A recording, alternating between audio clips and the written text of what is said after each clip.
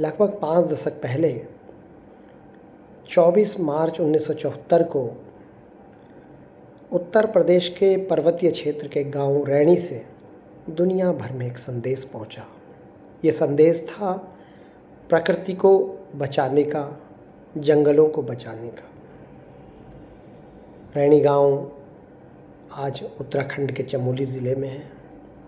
रैणी गांव बहुत सुंदर है और वहाँ का जो जंगल है वो भी बहुत सुंदर है। इस गांव की एक परंपरा रही है कि उन्होंने जंगल को दैवीय रूप माना।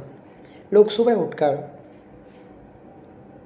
जंगलों की ओर देखकर उसे नमन करते हैं, जैसे सूर्य भगवान को नमन करते हैं लोग उगते सूरज को, ऐसे सुबह सुबह उठकर वहाँ के लोग इन जंगलों की ओर देखते हुए उसे नमन करते हैं। इन जंगलों से एक नाता यहाँ के ग्रामीणों का रहा है।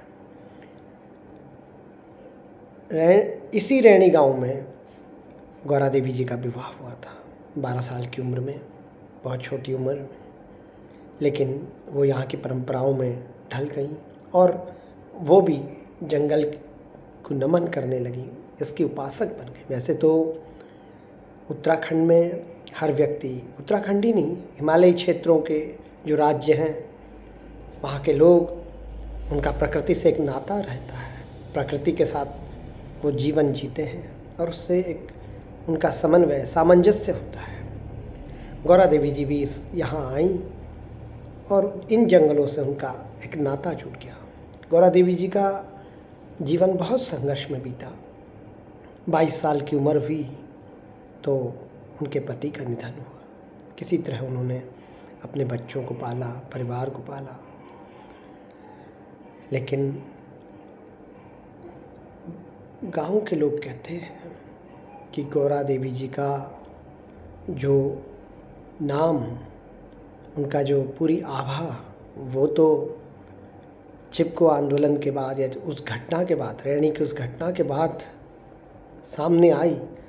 लेकिन गांव के लोग जानते थे कि उनमें कोई अद्भुत करिश्मा है, उनके व्यक्तित्व में कोई ख़ास बात है।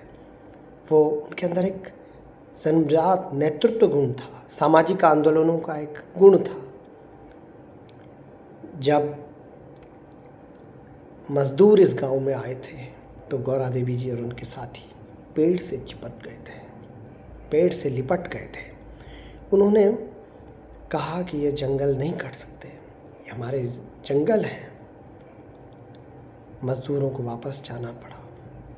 ये घटना पूरी दुनिया में चली गई और सारे लोग, दुनिया भर के लोग इससे अचंभित हो गए, हैरत में हो गए कि कैसे ग्रामीण परिवेश में रहने वाली महिलाओं ने इस तरह का एक विरोध किया है, इस तरह से अपनी आवाज़ उठाई है। ये बहुत अनूठा था। प्रकृति को बचाने का एक बिल्कुल नया एक अंदाज़ था। लेकिन सच बात यह है कि यहीं से दुनिया में प्रकृति के बचाने के लिए, पर्यावरण के लिए सामाजिक आंदोलनों की शुरुआत हुई। प्रकृति की रक्षा, प्रकृति को संवारना, प्रकृति के साथ जीना, इसकी बातें तो सदियों से कही जाती रही है, लेकिन उसे सामाजिक आंदोलन बनाना ये गौरा देवी और उनकी साथियों ने सिखाया। बाद में सुंदरलाल बोगना जी और चंडी प्रसाद भट्ट जी जैसे पर्यावरणविदों ने इसे व्यवस्थित ढंग से दुनिया के मंचों पर प्रकृति को बचाने की बात कही। वो हर जगह गए, सेमिनारों में गए, लेख लिखे और दुनिया को सजग किया। सुंदरलाल बोगना जी को वृक्षमित्र पुरस्कार मिला, चंडी प्रसाद भट्ट जी को रमन मैग्सेसे अवार्ड मिला।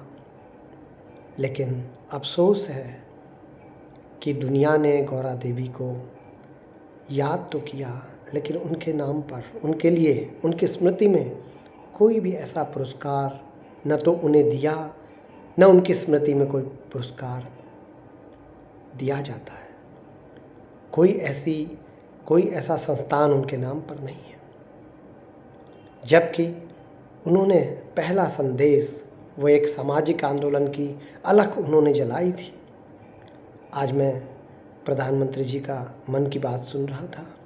देश में कई महिलाओं के योगदान को उन्होंने सराहा, उनकी प्रशंसा की। भारतीय हॉकी टीम से लेकर और कई महिलाओं की, अलग अलग क्षेत्रों की महिलाओं की उन्होंने बात कही। लेकिन मेरा उनसे आग्रह होगा, अनुरोध होगा कि गौरा देवी को हम भूलें नहीं। गौरा देवी का योगदान बहुत बड़ा है, उनके नाम पर कुछ न कुछ किया जाना चाहिए। उन्हें तो पद्मश्री भी नहीं दे पाए हम। उनके नाम पे कोई संस्थान हो, उनके नाम से कोई पुरस्कार हो, वो इस योग्य हैं। वो दुनिया के लिए एक आदर्श हैं। बहुत बड़ी बात है जब हम प्रकृति को बचाने की बात कर रहे हैं, जब पृथ्वी में कई तरह के संकटों की ओर आगाह कर रहे हैं पर्यावरण विशेषज्ञ, बड़े बड़े विद्वान। लेकिन एक महिला, दुनिया ने यही तो कहा था कि अरे जो कक्षा 5 और 6 भी शायद न पढ़ी हों, ऐसी महिलाओं ने कितनी बड़ी बात कह दी, किस तरह से कह दी, उनका अंदाज़ क्या था, और सच बात थी। केवल गौरा देवी जी और उनकी साथी रैणी के जंगलों में पेड़ों से लिपटी नहीं थी, उन्होंने नारे भी गढ़े, उन्होंने पोस्टरों को चिपकाया, वो जगह जगह जाती थी, वो प्रभात फेरी करती थी गांव गांव में। उन्होंने कई संगठनों को तैयार किया, लोगों को प्रेरित किया, अपने जंगलों को बचाओ, उनसे प्यार करो, उन जंगलों को बहुत स्नेह से देखो, कोई आपकी जंगलों की तरफ देख न पाए। और सबसे बड़ी बात कि जब गौरा देवी जी ने सब किया, उसके बाद देश की तत्कालीन प्रधानमंत्री श्रीमती इंदिरा गांधी जी ने एक फ़ैसला लिया, बहुत बड़ा फ़ैसला। उन्होंने कहा कि अगले 15 वर्ष तक कोई पेड़ नहीं काटा जाएगा। ये चिपको आंदोलन की जीत थी, ये गौरा देवी जी की जीत थी, गौरा देवी जी के साथियों की जीत थी। और ये इतना बड़ा फ़ैसला, फिर उसके बाद वन कानून के नियम बने, वनों की रक्षा के लिए बहुत से नियम बने। और आज उत्तराखंड में अगर जंगल किसी स्तर तक बचे हैं तो उसमें गौरा देवी जी और उनके साथियों ने जो अलग जगाई, उसका बहुत बड़ा योगदान है। आज हम गौरा देवी जी को याद करते हैं, गौरा देवी जी के उस योगदान को याद करते हैं। हमें ज़रूर इस बात की अपेक्षा है कि उन्हें वो सम्मान मिले, उन्हें वो उनके यादों को हम संजो कर रख सकें, ऐसा कुछ ज़रूर हो। धन्यवाद।